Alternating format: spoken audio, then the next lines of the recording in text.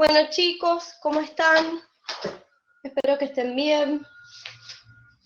La idea de esta primera consulta y bueno, para ir extendiéndonos un poco más en lo que el inicio de esto es que todos los viernes tengamos la posibilidad de juntarnos acá por este medio, por esta plataforma, para que ustedes tengan la posibilidad de esas consultas que ustedes tengan respecto de la unidad. Al comienzo de esta semana yo les dejé algunas indicaciones en esta plataforma. Esta es la plataforma... ¿Hola? Muchísimo. Bueno, a ver. ¿Me escuchan bien ahora?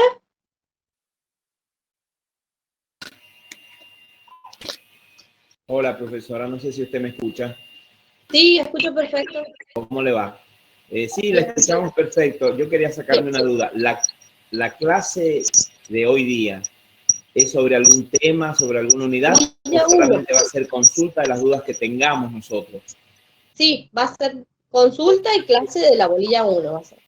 Perfecto, gracias. Vamos a ver si puedo poner para grabar, así ya de paso les queda a los chicos que no han podido venir, pero bueno, estoy intentando, no sé si se puede, pero voy a ver si me puedo meter a través de las dos plataformas. Sí. Sí, Bien. sí se puede, pero cuando ingrese en la plataforma de la computadora, apague el micrófono, así no se le acopla. Perfecto. Tiene que salir por uno solo de los dispositivos del audio. Listo. Ahí está. No, es que de todas maneras recién, por eso les dije, voy a cambiar de dispositivo porque no los escuchaba a ustedes. Ni me escuchaba yo mi voz. A ver. Ya está. Parece que sí. El tema, yo recibí el coso ese. Yo pensé que, claro, ingresaba por ahí y digo, bueno, ahora otro host, de otra manera, no recibí la otra cuestión y no me ubiqué. Pero listo, ya está. Ok, genial, gracias. Chao. Hola, buenas tardes, ¿cómo andan? Qué lío con este Zoom, por favor. Disculpen las demoras, pero estoy acá desde las 3 menos 5 y en realidad es un problema porque para ingresar acá, yo ingresé como, de acuerdo al link que recibí, que es el mismo link que recibieron ustedes, y... ¿Me escuchan? ¿Me escuchan bien? Ahí estoy bajando el volumen. Ahí está. Bien. No, a ver, Ahora ¿por qué sí. hay dos Bueno, clases al mismo tiempo? Discúlpenme. ya voy a ir aprendiendo a medida que pase el tiempo. El año pasado, sobre esta bolilla, yo les dejé una diapositiva que en esta plataforma se grabó en 6 videos distintos, porque lo que yo hice fue esa diapositiva explicarla con el audio en un archivito que se descargaba. Tuvimos muchos problemas el año pasado porque habían personas que me decían que el archivo era muy pesado, que le costaba mucho descargarlo. Costó bastantes días en que se subiera a la plataforma del campus virtual. Entonces lo que decidí es, en esta oportunidad lo que voy a hacer es subir después de esta clase solamente la diapositiva. Es decir, para que ustedes puedan verla sin necesidad de escuchar de nuevo la explicación. Esta unidad 1 es como la más sencilla para ustedes, va a ser la más sencilla para ustedes de armar, porque solamente sigue a un solo autor, que es Hernández. O sea que ustedes pueden, no correspondía porque por una cuestión de derechos de autor, pero si ustedes googlean el nombre y el nombre del libro y del autor, pueden encontrar en internet el libro completo en PDF. Yo lo he encontrado fácilmente, por eso les digo, si no, obviamente que está en biblioteca también, como hemos dicho antes, digamos, en la primera clase. Bueno, les comento. Esta unidad en particular. Sí. Los chicos en el chat están diciendo que el profesor está conectado en el Zoom, en la otra plataforma. ¿Qué profesor? Supongo, no sé.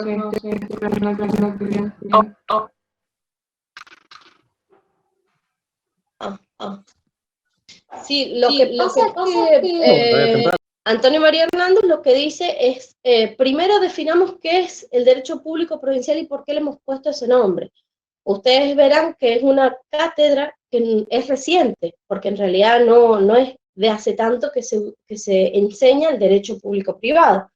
En principio, en muchas otras facultades y muchas otras universidades de derecho, el derecho público provincial es entendido como un subpunto, como una subunidad o como una división del derecho constitucional, como si fuera un desprendimiento de sí mismo. En realidad, el derecho público provincial tiene sus conceptos y sus normativas específicos y depende mucho del concepto o del alcance que le demos a la autonomía provincial para entender qué es el derecho público provincial.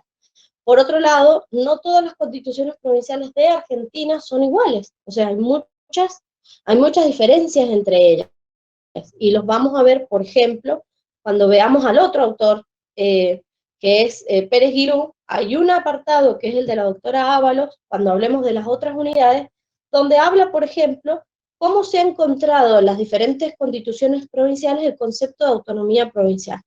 Hay constituciones que la autonomía provincial les ponen diferentes graduaciones. ¿Profe? Sí. Sí. Sí. Hola. Hola. Profe, ¿me escucha? Sí. Mire, ¿sabe que quería pedirle si puede grabar la clase porque no está quedando grabada? Hola. Bueno. Sí. Ahí está. Listo. Ya le inicio.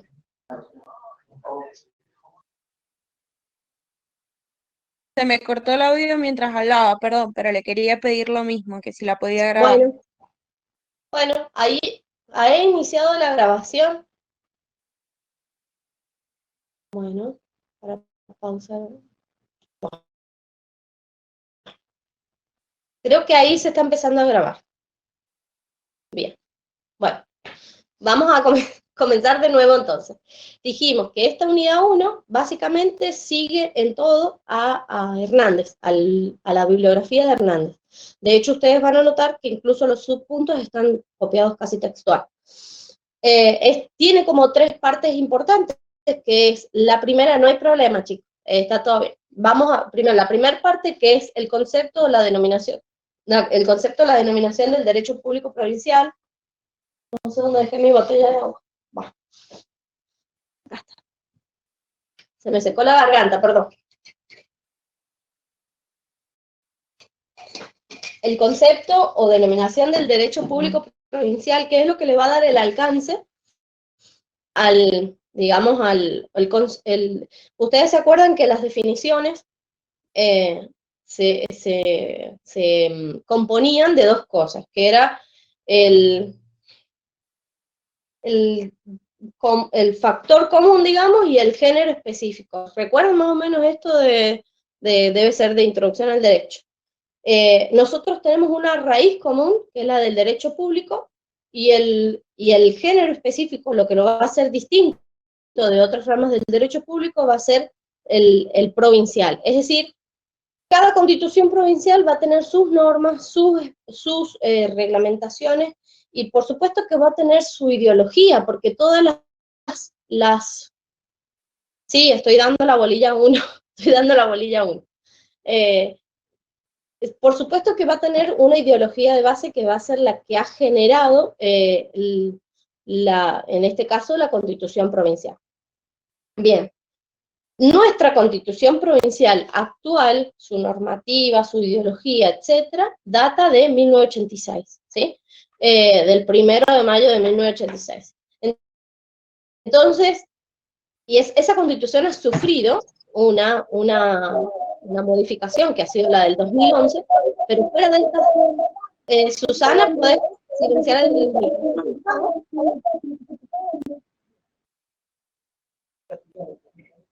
Susana Cornet, ¿puedes silenciar el micrófono?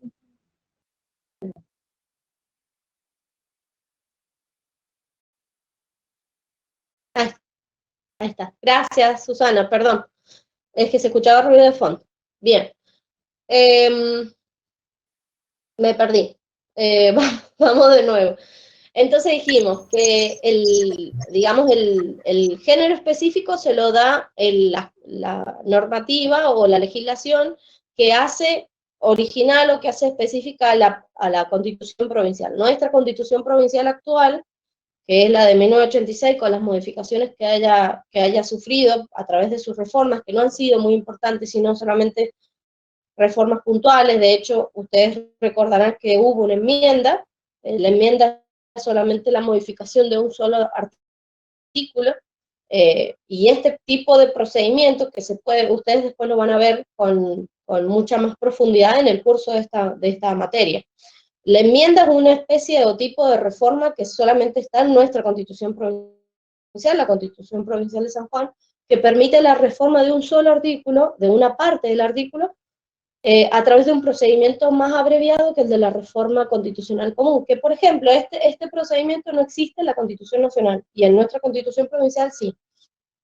Pero fuera de eso, el estudio el estudio del derecho público provincial no abarca solamente al estudio de la Constitución provincial, sino además también los alcances y las modificaciones que tiene la relación de la provincia con el Estado, porque estas relaciones, y después lo vamos a ver también con mayor profundidad, estas relaciones entre el Estado provincial y el Estado federal es lo que genera otro orden de normativas que también vamos a estudiar. El derecho público provincial también va a estudiar las relaciones entre provincias y la forma en la que se desarrollan esas relaciones dentro del sistema político que se ha elegido, en este caso el Estado federal.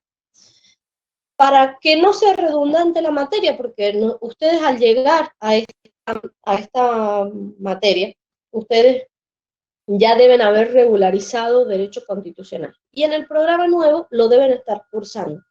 La modificación del plan de estudios del año pasado ha permitido que simultáneamente ustedes puedan cursar la materia de Derecho Constitucional y la materia de Derecho Público Provincial. Entonces, nosotros en los exámenes finales y en los exámenes parciales también, no les vamos a exigir que ustedes nuevamente rindan o que sepan conceptos de derecho constitucional, porque se supone que ustedes eso lo van a demostrar en los exámenes que corresponden a derecho constitucional. Pero sí les vamos a exigir que ustedes sepan cuál es la normativa que tiene relación, que hace la relación entre el derecho constitucional y el derecho provincial, ¿sí? Eso sí les vamos a pedir. Bueno, para ir directamente, no voy a ir punto por punto, sino que directamente voy a ir explicándoles los puntos que les pueden llegar a causar problemas. En el punto número 1, ustedes van a ver que hay diferentes definiciones diferentes definiciones y conceptos que Hernández cita en su libro sobre derecho público provincial. Está el de Alberdi, está el de Arturo María Vaz, que es el Arturo Mateo Vaz, creo que es el creador, digamos, el primer profesor universitario que pudo conseguir que el derecho público provincial sea una asignatura en sí misma. Y también está el concepto, la definición que arma, o que Hernández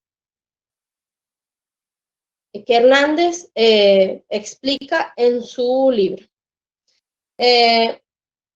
Particularmente creo que quizás el de Hernández es como una especie de concepto, definición integradora de todos los anteriores y además más actualizada.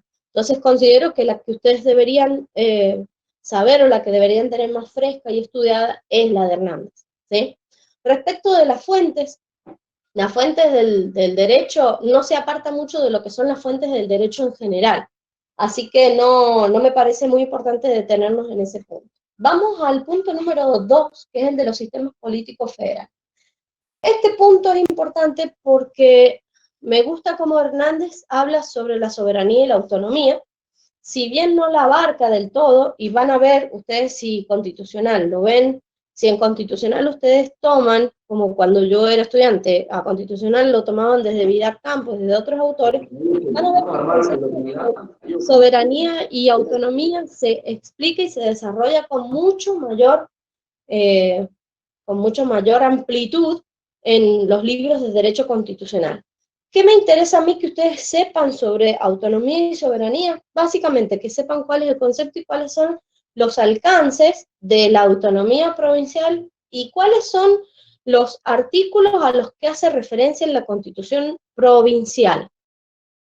En la Constitución provincial ustedes van a ver que continuamente en los primeros artículos, en el 1, en el 2 y en el 3, continuamente reafirma el concepto de la autonomía provincial, es decir, de la autonomía del alcance y de la definición que tiene la autonomía en sí misma, del poder que tienen las provincias de gobernarse, de darse sus propias instituciones, y que la subordinación sea solamente a nivel jurídico-político. Esto es un concepto que ustedes en el libro, en el Tratado de Derecho Municipal de Rosati, tiene también mucho más desarrollo, que es el de ser exactos en la terminología. La terminología dice que lo que se subordina no es el poder político provincial al poder político nacional. Lo que se subordina es el orden jurídico político, es decir, la normativa que hace referencia al ordenamiento provincial se subordina a las normas de la Constitución Nacional y a todo el plexo constitucional en realidad que le integra, porque ahora, hoy por hoy, cuando decimos Constitución Nacional, no podemos dejar de desconocer que existe todo un plexo constitucional junto con los tratados internacionales que tienen jerarquía constitucional y las leyes que de ellos derivan. Entonces, como digo, para que no se malentienda, la subordinación, y esto ¿por qué lo digo? Porque muchas personas piensan, o incluso vulgarmente se conoce, el gobernador tiene que seguir una determinada línea porque así se lo mandó el presidente. Esto es una visión errada y muy simplista de lo que es el federalismo para la Argentina, para los argentinos. El federalismo implica que nosotros primero tenemos una división de poderes, es decir, que no hay ningún poder que sea más importante que otros. Y segundo, que lo que se subordina son las normas o el ordenamiento jurídico de San Juan al ordenamiento jurídico del Estado federal, ¿sí? Espero que haya quedado claro esto, pero a mí particularmente me gustó más cómo lo desarrolla Rosati. Bueno, vamos a adentrarnos un poquito más cuando dice otras formas federativas. En el programa anterior, y por si tienen compañeros que vayan a rendir con programas anteriores, nosotros incluso habíamos incluido en el programa un subpunto que hablaba del federalismo sui generis. ¿Por qué decimos federalismo sui generis? Sui generis hace referencia a una palabra en latín que significa como único en su género, o que tiene un género específico. ¿A esto qué se refiere? Ustedes van a ver en Hernández que hace un desarrollo muy extenso del origen del federalismo argentino, de cuáles son los antecedentes en los que se basan y por qué las normas y las modificaciones que se han hecho en la Constitución Nacional han hecho que sea parte del modelo original. ¿Qué significa esto? Que la Argentina prácticamente ahora tiene un sistema federal que no es ni el federalismo que copió Estados Unidos, ni el federalismo puro o la idea de la confederación, que es lo que fue anteriormente al Tratado de 1777 en Virginia, cuando se independizó de Estados Unidos, en el que se formó una confederación. Incluso acá en Argentina, en el periodo previo de la confederación y después pasar a ser un Estado federal como el que fue, como el Estado federal que está en continua formación. Es un Estado federal dinámico, con determinadas limitaciones. ¿Y por qué dice Hernández que es un Estado federal particular el sistema argentino?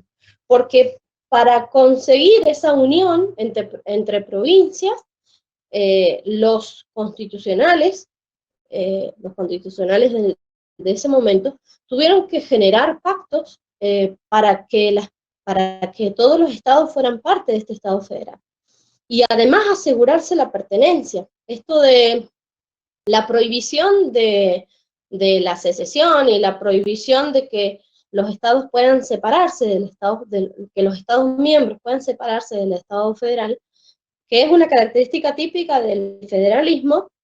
Muchas veces uno no lo toma tan en serio hasta que pasan noticias como las que recientemente hemos escuchado, por ejemplo, que la provincia de Mendoza se quiere separar del Estado federal.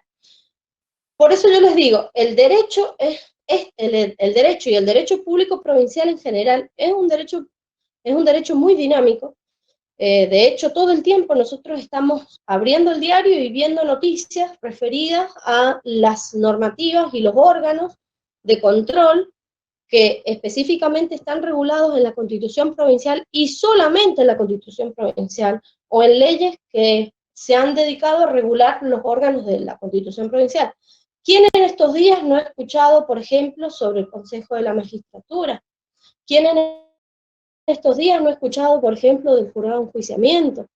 ¿Quién en estos días no ha escuchado, por ejemplo, sobre la figura del defensor del pueblo? Y son todos órganos y regulaciones que no están en la Constitución Nacional de la misma manera que están reguladas en la Constitución Provincial, ¿sí?